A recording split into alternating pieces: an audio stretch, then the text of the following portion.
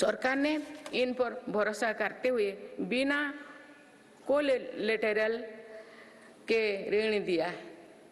इस भरोसे के मजबूत करते हुए अधिकांश लोगों ने ऋण भी वापस किया है, अगली किस्त का भी लाभ उठाया है।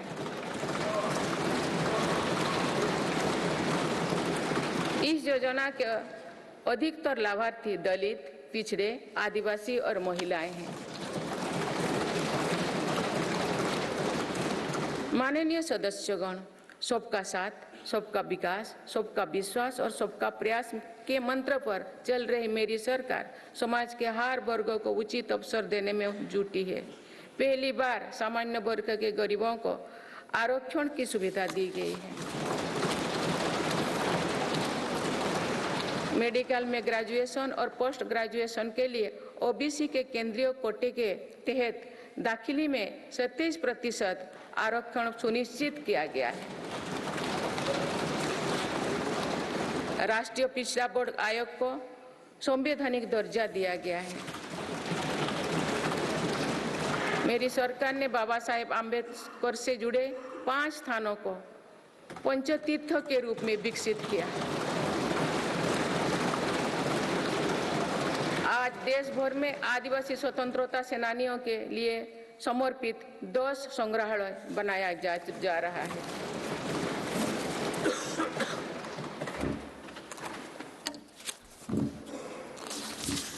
माननीय सदस्यगण, मेरी सरकार ने ऐसे क्षेत्रों की भी पहली बार विकास से जोड़ा है जो दशकों तक उपेक्षित रहे। हमारी सीमाओं से सटे गांव को देश का अंतिम गांव माना जाता था। मेरी सरकार ने उन्हें देश का पहला गांव बनाया है।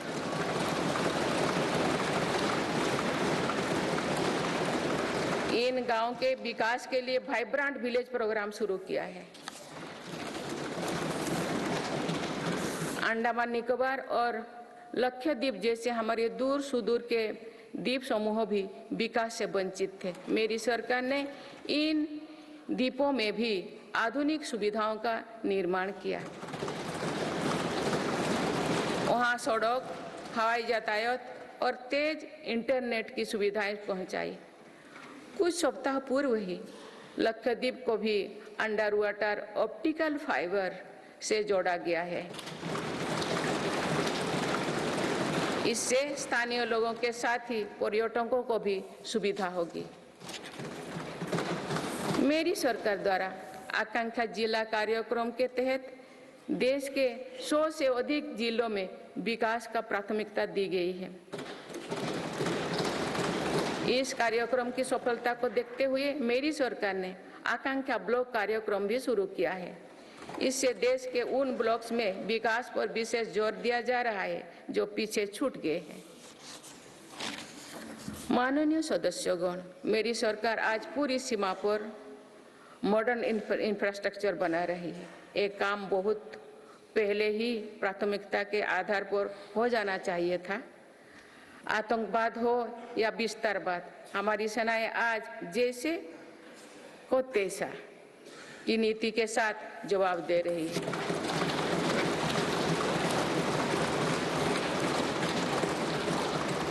आंतरिक शांति के लिए मेरी सरकार के प्रयासों के सार्थक परिणाम हमारे सामने हैं। जम्मू कश्मीर में आज सुरक्षा का वातावरण है। आज वहाँ हड़ताल का सन्नाटा नहीं, भीड़ भरे बाजार की चल पहल है। नॉर्थ ईस्ट में अलगाववाद की घटना में भारी कमी आई है। अनेक संगठनों ने स्थायी शांति के तरफ कदम बढ़ाए हैं। नक्सलवाद से प्रभावित क्षेत्र घटे हैं और नक्सली हिंसा में भी भारी गिरावट हुई है। माननीय सदस्यगण, भारत के लिए ये समय आने वाली सदियों का भविष्य लिखने का है। हमारे पूर्वजों ने हजारों वर्षों की एक विरासत हमारे लिए छोड़ी है। अपने पूर्वजों की सौगातों का आज भी हम बड़े गौरव के साथ याद करते हैं। आज की पीढ़ी को भी ऐसा विरासत बनानी है जो सदियों तक याद रखी जाए। इसीलिए मेरी सरकार आज एक बड़े विजन पर काम कर रही है। इस विजन में आने वाले 5 वर्षों का कार्यक्रम भी है। इसमें आने वाले 25 साल का रोड मैप भी है। हमारे लिए विकसित भारत सिर्फ आर्थिक समृद्धि तक सीमित नहीं है,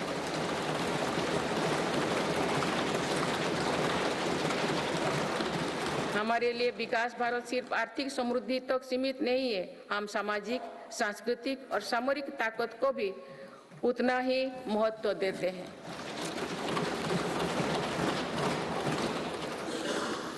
इनके बिना विकास और आर्थिक समृद्धि स्थायी नहीं रह सकती है। बीते दशकों के फैसले भी इसी ध्येय से लिए गए हैं। आज भी अनेक कदम इसी लक्ष्य के साथ उठाया जा रहे हैं। माननीय सदस्यगण, भारत के तेज विकास को लेकर आज दुनिया की हर एजेंसी आश्वस्त है। राष्ट्रीय और अंतर्राष्ट्रीय एजेंसी जो भी आकलन कर रहे हैं, उनका आधार भारत की नीतियां हैं।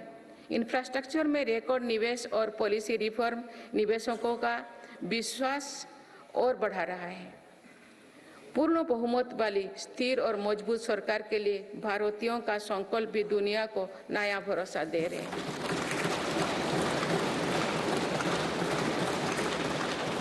आज दुनिया को विश्वास है कि भारत ही ग्लोबल सप्लाई चेन को सशक्त कर सकता है।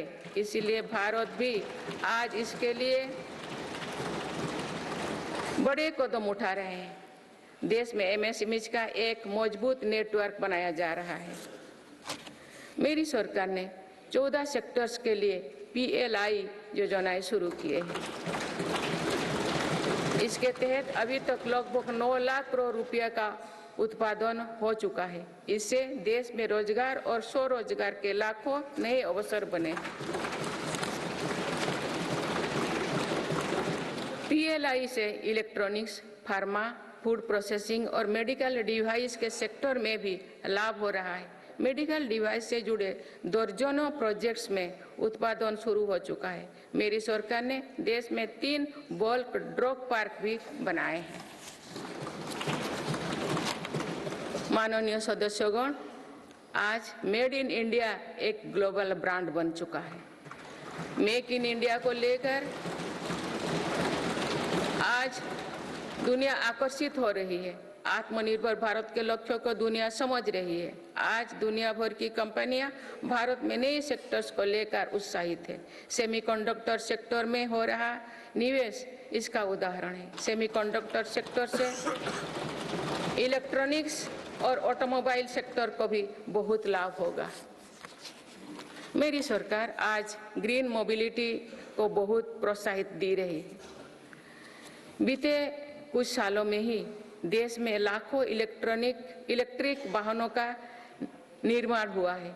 अब तो हम भारत में ही बड़े हवाई जहाज की मैन्युफैक्चरिंग के लिए भी कदम बढ़ा चुके हैं। आने वाले समय में मैन्युफैक्चरिंग सेक्टर्स में करोड़ों नए रोजगारों का सृजन होगा। माननीय सदस्यगण, विश्व में आज ऐसे उत्पादों को विशेष मांग है जो पर्यावरण के अनुकूल है। इसलिए मेरी सरकार जीरो इफेक्ट जीरो डिफेक्ट पर बल दे रही है। आज ग्रीन एनर्जी पर हमारा बहुत फोकस है। 2 वर्षों में नॉन फॉसिल फ्यूल पर आधारित ऊर्जा क्षमता 81 गीगावाट से बढ़कर 188 गीगावाट हो चुके हैं। इस दौरान सोलर पावर कैपेसिटी में 26 गुना बढ़ोतरी हुई है।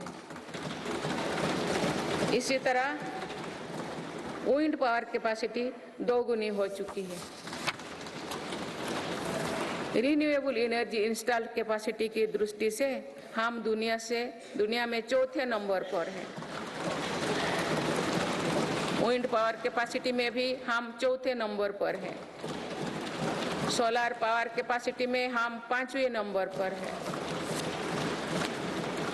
भारत में 2030 तक अपनी स्थापित क्षमता का 50% नॉन फॉसिल फ्यूल में से भरा करने का लक्ष्य रखा है। बीते 10 वर्षों में 11 नए सोलर पार्क बन चुके हैं। 9 सोलर पार्क्स पर आज काम चल रहा है। कुछ दिन पहले ही घर की छत पर सोलर एनर्जी उपलब्ध कराने के लिए एक नई योजना घोषित की गई है।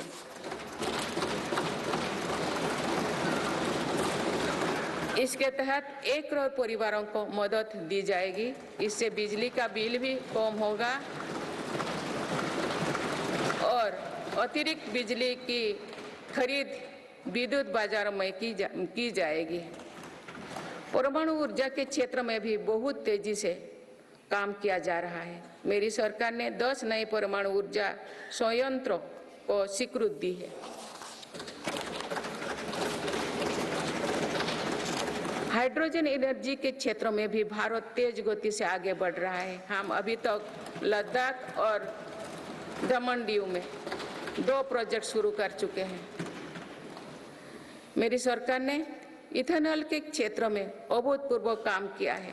देश 12% इथेनॉल ब्लेंडिंग का लक्ष्य हासिल कर चुका है। बहुत ही जल्द 20% इथेनॉल ब्लेंडिंग का टारगेट भी पूरा होने वाला है। इससे हमारे किसानों की आय बढ़ेगी। अभी तक सरकारी कंपनियां 1 लाख करोड़ रुपया से ज्यादा का इथेनॉल खरीद चुकी हैं। इन सारे प्रयासों से अपनी ऊर्जा जरूरतों के लिए विदेशों पर निर्भरता कम होगी। कुछ दिन पहले ही बंगाल की खाड़ी में एक नया ब्लॉक में तेल उत्पादन शुरू हुआ है। ये देश के लिए एक बड़ी सफलता है। माननीय सदस्यगण, धरती पर महत्वपूर्ण खनिजों की मात्रा सीमित है।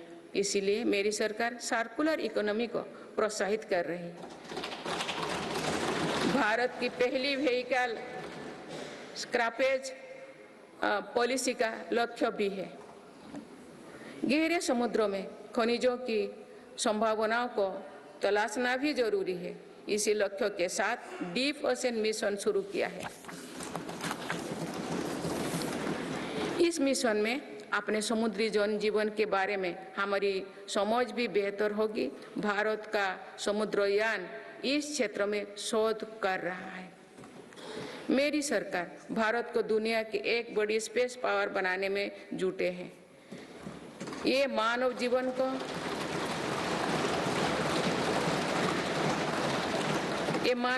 को बेहतर बनाने का एक माध्यम है। साथ ही ये स्पेस इकोनॉमी में भारत की हिस्सेदारी बढ़ाने का भी प्रयास है। भारत के स्पेस प्रोग्राम के विस्तार के लिए महत्वपूर्ण फैसला लिए गए हैं। इसके कारण अनेक नए स्पेस स्टार्टअप्स बने हैं। अब वो दिन दूर नहीं है जो भारत का गगनयान स्पेस में जाएगा।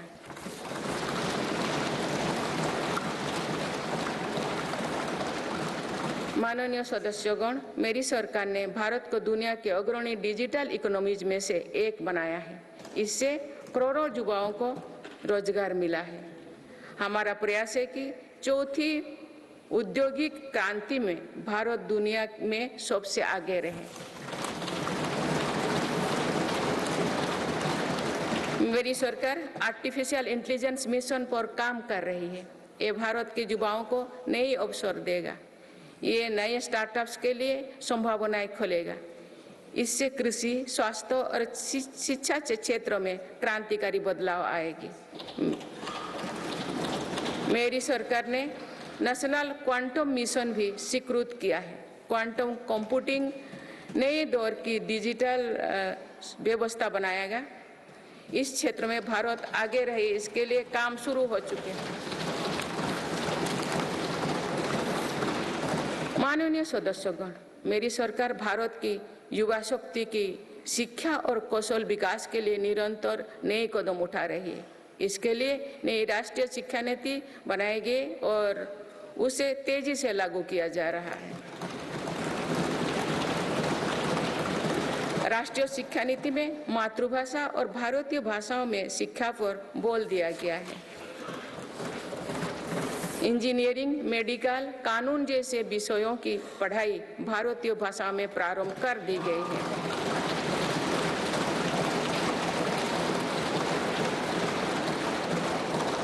स्कूली शिक्षा में गुणवत्ता लाने के लिए मेरी सरकार 14,000 से अधिक पीएम श्री विद्यालयों पर काम कर रही है। इनमें से 6,000 से अधिक विद्यालय शुरू हो चुके हैं। मेरी सरकार के प्रयासों से देश में ड्रॉप आउट रेट कम हुआ है। उच्च शिक्षा में छात्राओं के दाखिले ज्यादा हो रही है। अनुसूचित जाति के विद्यार्थियों के नामांकन में लगभग 44% वृद्धि हुई है। नामांकन में अनुसूचित जनजाति के विद्यार्थियों की 65% और ओबीसी के विद्यार्थियों को 44% अधिक वृद्धि हुई है। इनोवेशन को बढ़ावा देने के लिए अटल इनोवेशन मिशन के अंतर्गत 2000 अटल टिंकरिंग लैब स्थापित किए गए हैं। इसमें 1 करोड़ से अधिक विद्यार्थी जुड़े हैं। साल 2014 तक देश में 7 एम्स और 390 से भी कम मेडिकल कॉलेज थे। वही पिछले दशक में 16 एम्स और 315 मेडिकल कॉलेज स्थापित किए गए।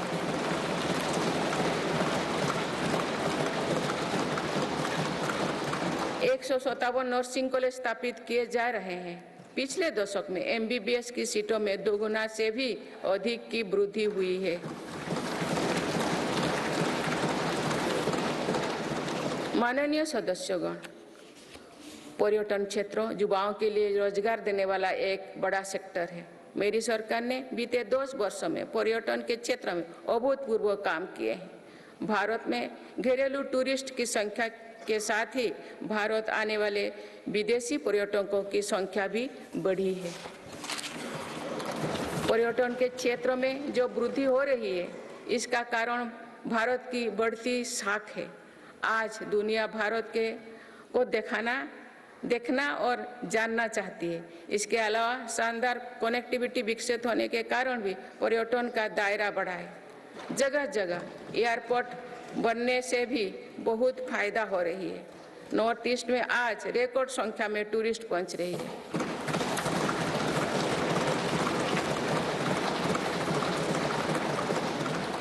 अंडमान निकोबार और लक्षद्वीप को लेकर उत्साह चरम पर है। मेरी सरकार ने देश भर में तीर्थ और ऐतिहासिक स्थलों के विकास पर बल दिया है।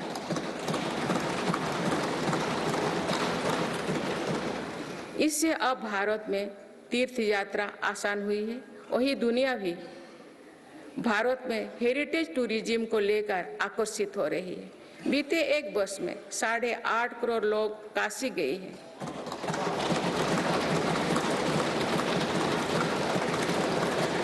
पाँच करोड़ से अधिक लोगों ने महाकाल के दर्शन किए हैं।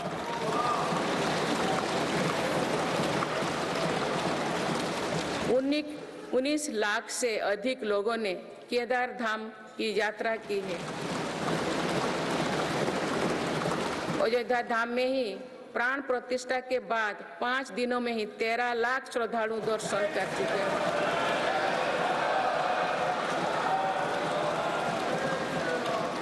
पूर्व पश्चिम उत्तर दक्षिण भारत के हर हिस्से में तीर्थ स्थलों पर सुविधाओं का अभूतपूर्व विस्तार हो रहा है। मेरी सरकार भारत को मीटिंग और प्रदर्शनी से जुड़े सेक्टर में भी अग्रणी बनाना चाहती है। इसके लिए भारत मंडपम और यशोभूमि जैसा इंफ्रास्ट्रक्चर बनाया जा रहा है।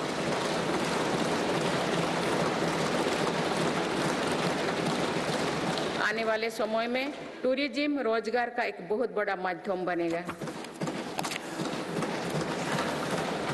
माननीय सदस्यगण, देश की युवा शक्ति को कौशल और रोजगार से जोड़ने के लिए हम स्पोर्ट्स इकोनॉमी को मजबूत कर रहे हैं। मेरी सरकार ने खेलों और खिलाड़ियों को अभूतपूर्व मदद दी है। आज भारत एक बहुत बड़ी खेल शक्ति बनने की ओर अग्रसर हो रहे हैं।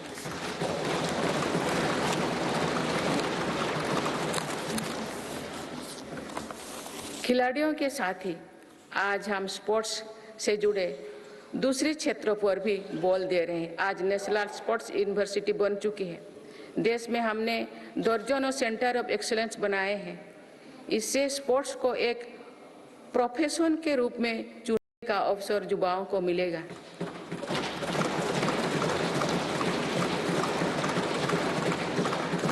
उपकरण से जुड़ी इंडस्ट्री को भी हर प्रकार की मदद दी जा रही है। बीते 10 वर्षों में भारत ने अनेक खेलों से जुड़े इंटरनेशनल स्पोर्ट्स इवेंट्स का शानदार आयोजन किया। देश के युवाओं में कर्तव्यबोध और सेवा भाव का विस्तार करने के लिए मेरा युवा भारत संगठन बनाया गया है।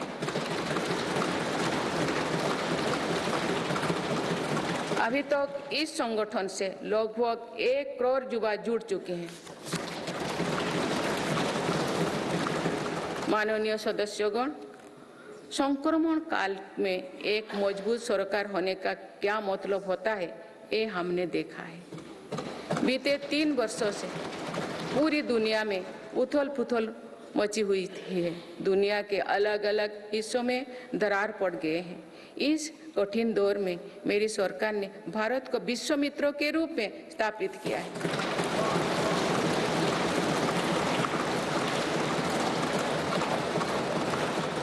विश्व मित्र की भूमिका के कारण ही आज हम ग्लोबल साउथ की आवाज बन पाए हैं। बीते 10 वर्षों में एक और पुरानी सोच को बदला गया है। पहले डिप्लोमेसी से जुड़े कार्यक्रम को दिल्ली के गलियारे तक ही सीमित रखा जाता था। मेरी सरकार ने इसमें भी जनता की सीधी भागीदारी सुनिश्चित की है।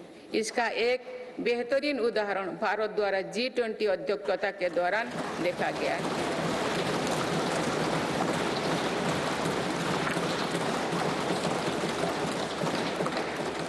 भारत ने G20 को जिस प्रकार जनता से जोड़ा, वैसा पहले कभी नहीं था। देश भर में हुए कार्यक्रम के जरिए भारत के वास्तविक सामर्थ्य से दुनिया का परिचय हुआ। जम्मू कश्मीर और नॉर्थ ईस्ट में पहली बार इतने बड़े अंतर्राष्ट्रीय कार्यक्रम हुए।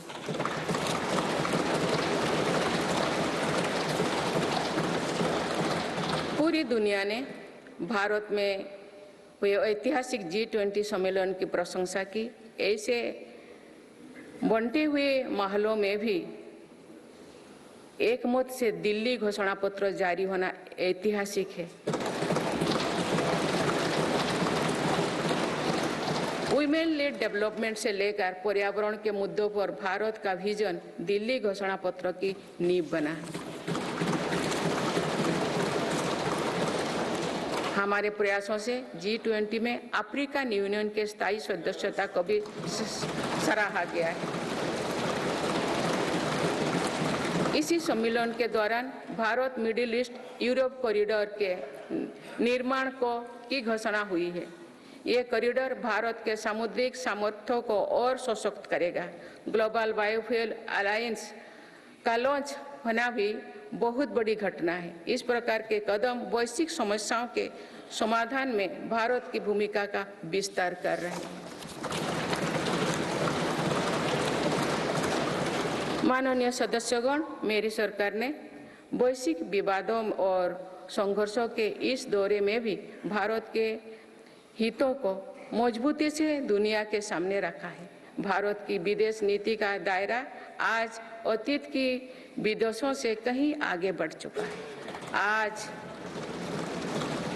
आज भारत अनेक वैश्विक संगठनों का सम्मानित सदस्य है। आज आतंकवाद के खिलाफ भारत दुनिया के एक प्रमुख आवाज है।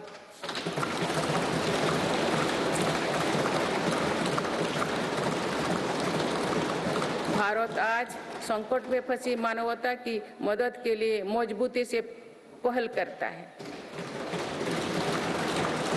दुनिया में कहीं भी संकट आने पर भारत वहां तेजी से पहुंचने का प्रयास करता है। मेरी सरकार ने दुनिया भर के काम कर रहे भारतीयों में नया भरोसा जगाया है। ऑपरेशनल गंगा, ऑपरेशनल कावेरी और वंदे भारत जैसे अभियान चलाकर जहां-जहां संकट आया वहां से हर भारतीयों को हम तेजी से सुरक्षित वापस लेकर आए।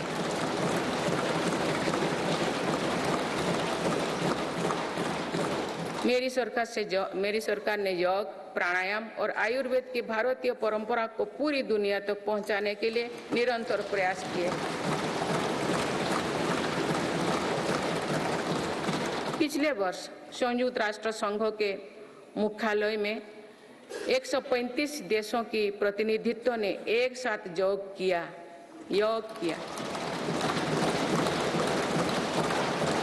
ये अपने आप में एक नया रिकॉर्ड है। मेरी सरकार ने आयुष पद्धतियों के विकास के लिए एक नया मंत्रालय बनाया है। विश्व स्वास्थ्य संगठन का पहला global centre for traditional medicine भी भारत में बन रहा है।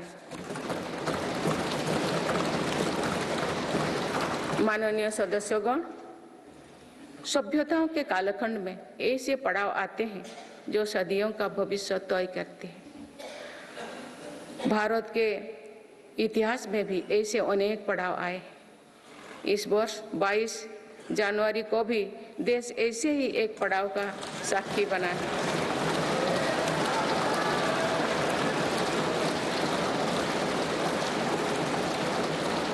सदियों की प्रतीक्षा के बाद अयोध्या में रामलला अपने भव्य मंदिर में विराजमान है।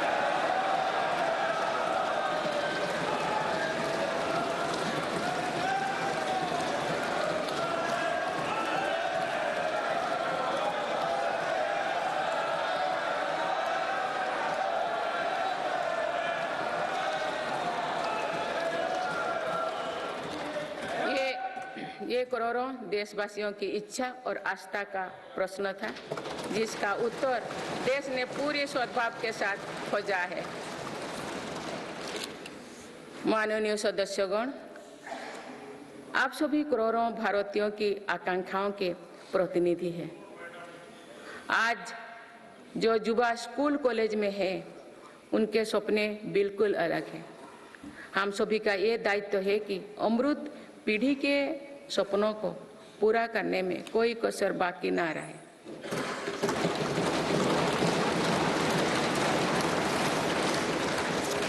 विकसित भारत हमारी अमृत पीढ़ी के सपनों को साकार करेगा।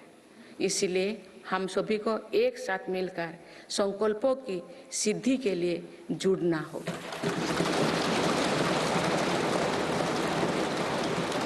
माननीय अटल जी, माननीय सदस्यगण, श्रद्धेय अटल जी ने कहा था, अपनी ध्येय यात्रा में हम कभी रुके नहीं हैं। अपनी ध्येय यात्रा में हम कभी रुके नहीं, किसी चुनौती के सम्मुख कभी झुके नहीं।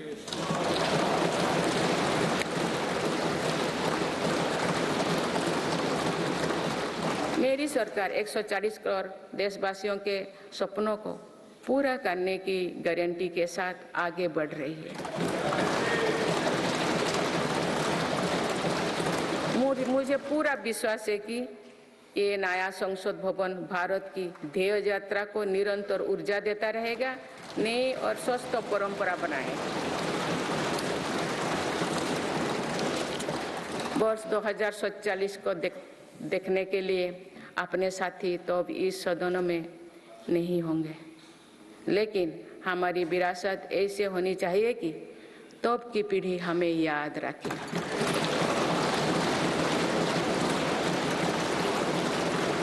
आप सभी को बहुत बहुत शुभकामनाएं। धन्यवाद।